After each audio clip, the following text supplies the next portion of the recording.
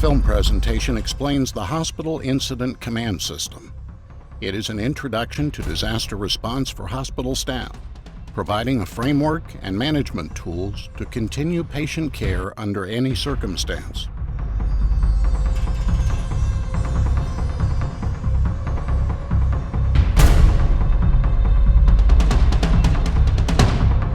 Disasters. 214 heavy emergency vehicles are responding. Air crashes. Been an emergency reported in the stadium. Explosions. Fire. Earthquakes. Floods. Disease. Terrorist attacks. They all have one thing in common. Hospitals are one of the first places victims turn to for help. The extra demand required to help disaster victims can be overwhelming if the medical staff is not prepared. Responding quickly to a disaster situation so that all patient care can continue uninterrupted when a surge of new patients arrives is a challenge that can and must be met. Actually, what we're doing is categorizing our patients as far as where they're going to go. Hospitals are now using a standardized process for emergencies. It is called the Hospital Incident Command System, or HICS. The Hospital Incident Command System provides a flexible reporting structure. It defines roles and responsibility, sets up communication flow and documentation. We're relatively well organized, and we're surfacing some opportunities where there's some questions that we need to clarify. It is designed to use common terminology and organizational structure that can be used for all hospitals to integrate with public safety responders. One important advantage of HICS is that most outside agencies use a similar incident management system. On 3. 1, 2, 3. In the chaos of a terrorist attack or natural calamity, shared incident command models greatly improve communication. L2, we have a subject down wearing scrubs with a gun by his right side. The objective is to provide the hospital operations section with strategic direction and support by focusing additional resources, such as staff and equipment, on where it is needed most. I was checking on the power loss at CT number 2. The Hospital Incident Command System is composed of two essential groups, the command staff and the general staff. The command staff consists of the incident commander, public information officer, liaison officer, safety officer, and medical technical specialist. The incident commander is in charge of the entire operation and will determine which parts of the plan will be activated. The public information officer, or PIO, will provide important information updates to external media, staff, and patients. Staff that we will be providing additional updates within the next hour. Received word that all patients that we are expecting have been transported and are at the hospital. The liaison officer acts as a conduit between the hospital and outside agencies, such as public health, other hospitals, law enforcement, fire, and EMS. Start to get her packaged up, get her on oxygen. The safety officer is responsible for assuring safety of the hospital responders, visitors, and patients.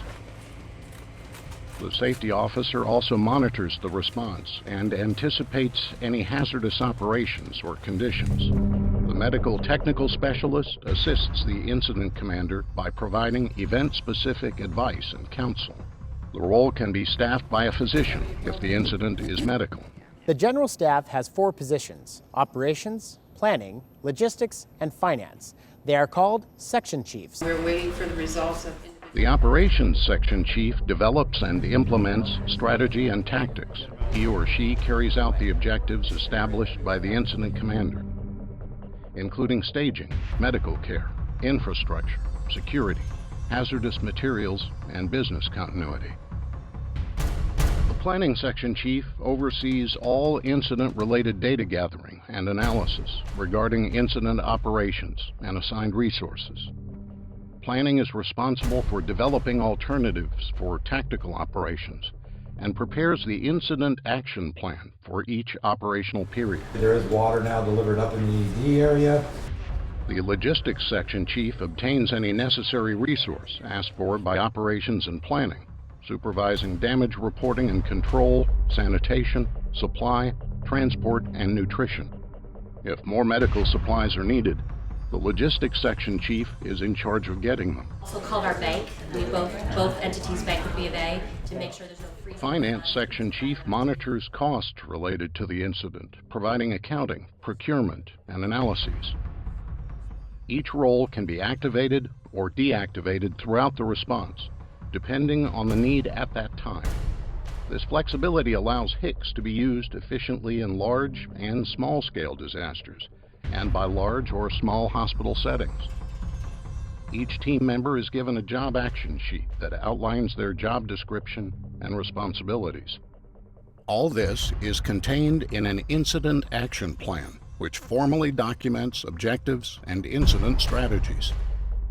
Let's take a look at HICS in action and the various roles of the hospital incident management team. A mass casualty event has occurred, causing a surge of patients. A hospital-wide emergency is declared, and the command center is activated. The incident commander asks for a medical technical specialist to advise on issues related to hospital operations during a surge of patients. Working through the hospital incident command system, the medical technical specialist will help maintain the routine flow of hospital patients and materials, responding to any disrupting issues. Anything else? The hospital incident management team gets a briefing from the incident commander. Then, job action sheets are reviewed, and the process of documenting all actions taken as part of the incident action plan begins. If needed, staffing assistance will be drawn from the labor pool. At the labor pool, medical staff is assigned to specific casualty care areas for immediate, delayed, and walking wounded patients. As the incident progresses, the command staff learns that there is an influx of children. The operations section chief wants a pediatric medical technical specialist to advise on casualty care for children because they have unique needs. During the mass casualty event, the operations section reports that multiple trauma patients need surgery. The medical care branch director in the operations section works to free up space in the ORs to allow room for incoming patients. As the influx of casualties continues, there becomes an immediate need to open hospital beds within a short time frame. The incident commander, in coordination with the medical technical specialist, orders that the rapid discharge plan be activated. Nursing supervisors and admissions usually will identify the number of beds that may open in the next 2 to 6 hours. I want to activate a second 99. We have a second. The charge nurse of each unit will relay this information to the hospital command center. The public information officer develops messages on the impact to the hospital. Before these messages are released, they will be reviewed and approved by the incident commander. The incident progresses. The medical technical specialist participates in briefings with the command staff and meets regularly with the planning section chief, updating the incident action plan.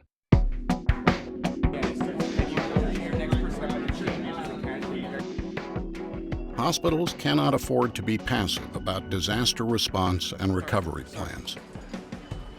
As we have experienced recently, terrorist attacks and disasters are part of our reality, and we have a unique opportunity to lead, providing the best medical care for patients and the community through the Hospital Incident Command System.